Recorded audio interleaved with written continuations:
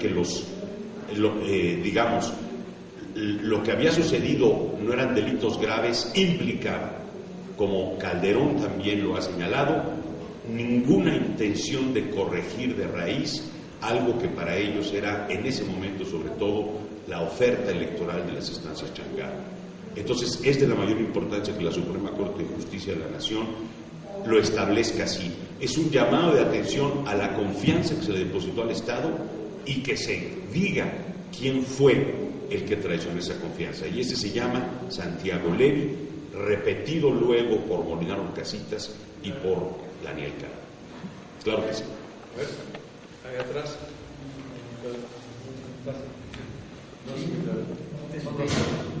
Mi pregunta es, ¿cuál ha sido la intervención de la Comisión Nacional de Derechos Humanos en este caso? La verdad es que la intervención de la Comisión de Derechos Humanos, la de Soberanes todavía, produce un documento muy sólido donde se documenta la cantidad de violaciones a derechos humanos que había habido en el caso particular de la guardería ABC. ¿Por qué? Porque había el antecedente del estudio peritaje de la PGR señalando la situación en que se encontraba la guardería, ¿verdad? Ya había evidencia sobre el problema de las gasolineras cercanas y sobre todo un ángulo que es muy importante en este reporte de la Comisión de Derechos Humanos, que es: no estaban satisfechas las condiciones de calidad en términos de que este modelo de subrogación estaba contratando personal que tal vez no tenía la capacitación necesaria. Digamos, este es parte del problema del modelo de subrogación. Si yo asigno una cuota por niño, ¿qué garantía tengo yo como IMSS de que ese niño existe y de que esa cuota se está empleando para calidad? Verán ustedes que en el libro hay un actor que yo documento que se llama Asociación Nacional de Guarderías, que son las primeras que protestan en 2003 por las restricciones que les impone el contrato de Levy. Y justamente lo que invocan es eso. Ellas, con esa cantidad que les entrega el IMSS, tendrían que cubrir todos los gastos administrativos. Entonces el IMSS aparece como una bolsa que otorga recursos a un prestador, ¿verdad? Es una especie de maquila, una subcontratación, como también señalaba Adrián. El punto es este: ahí, para poder hacer operable la guardería, señalaba la Asociación Nacional, pues evidentemente no había que comprometer la calidad. Entonces, este informe de la Comisión de Derechos Humanos de Soberanes en ese momento tiene una relevancia muy grande. Es un documento que profundiza en esta área y sobre todo puntualiza la materia de la violación de los derechos humanos. Hay que tomar en cuenta que lo que la Suprema Corte de Justicia va a indagar es justamente eso: si hubo violación de los derechos humanos. Yo creo entonces que sí es un antecedente muy relevante. Adrián, ¿un añadido a eso? Sí. Bien, creo que es bueno señalar que el informe contiene elementos que aportan, pero también es bueno señalar que la conformación de un informe que no tiene recomendaciones es un elemento insubstancial, es un elemento que exonera de alguna manera. Es como decir, sí, ahí está, pero no pasa nada. Y es probablemente lo que pueda pasar con la misma Suprema Corte de Justicia de la Nación. Sí, ahí está, pero no pasa nada. Bueno, de que pase, eso nos toca a nosotros. Ahora, hay personas que pierden algún objeto y, bueno, lo pierden en un lugar medio oscuro. Y entonces se van a buscarlo donde hay más luz, porque dicen, ¿para qué lo busco donde está oscuro? Pues ahí no alcanzo a ver, mejor me vengo para acá, para la lucecita. Y ahí piensan que van a encontrar el objeto que se extravió en la luz, en la oscuridad.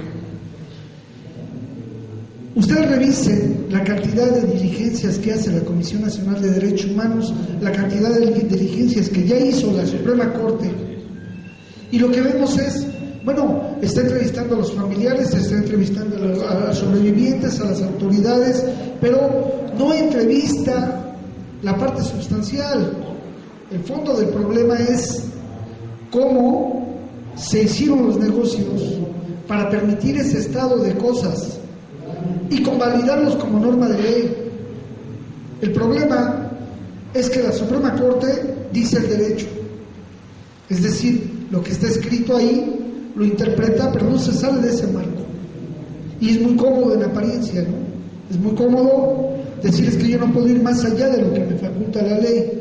Y sí pueden ir más allá, porque para eso está el derecho internacional de los derechos humanos, para eso está la jurisprudencia internacional, para eso están los principios de jus cogens, es decir, estos principios universales que hacen que un Estado tenga que incorporar a su legislación herramientas internacionales del derecho.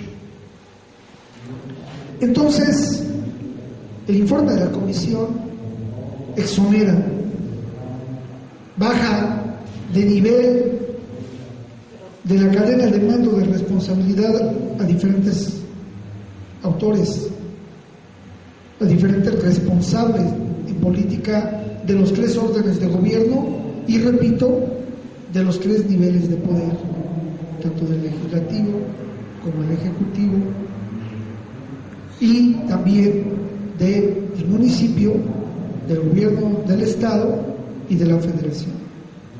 Esa es la gravedad del informe de la CNDH. Y por otro lado, sí se va a las minucias de que había poco personal, etcétera. Sí, ese es el hecho. Esa es la consecuencia de permitir ese sistema. Es la consecuencia, por ejemplo, de que uno va a una universidad patito y saca puros 10, ¿va? Es decir, esa falta de vigilancia, esa falta de esa apariencia de hacer que se garantice un derecho y no darlo. Entonces sí, la Comisión Nacional de Derechos Humanos tiene responsabilidad porque no genera ni las recomendaciones, exonera a funcionarios y da elementos sólidos, pero que nos los deja ahí para que los retomemos nosotros. Lo mismo va a pasar con la Suprema Corte de Justicia de la Nación, y es por ello que tenemos que estar presionando para que todos estos elementos que hoy nos hemos venido a enriquecer en esta presentación puedan ser utilizados. Y en ese sentido, el derecho internacional, la Comisión Interamericana de Derechos Humanos, será la única que podría tener la capacidad, en el caso de que el gobierno de México se hiciera omiso, de sentarlo en el banquillo de los acusados, como hoy ya se encuentra México sentado en el banquillo de los acusados en la Corte Interamericana de Derechos Humanos por el caso de la muerte o la desaparición forzada de Rosendo Radilla en la década de los 70. Es decir, hay esperanza, hay posibilidad, y lo bueno es que hoy estamos acortando los tiempos, no vamos a tener que esperar 30, 40 años, no, con el trabajo de todos, de documentar, de aportes importantes como el que hace Gustavo en este libro, entonces nos va a permitir llegar a tener los elementos de convicción para enjuiciar a los responsables. Pedro Morales. Yo creo que en un país como el que estamos viviendo ahorita, en la situación que estamos viviendo en el país, es muy fácil adivinar qué es lo que va a ocurrir. Lo que va a ocurrir es simplemente, si uno piensa mal, uno acierta. Obviamente la actuación de la Suprema Corte de Justicia, según mi parecer, está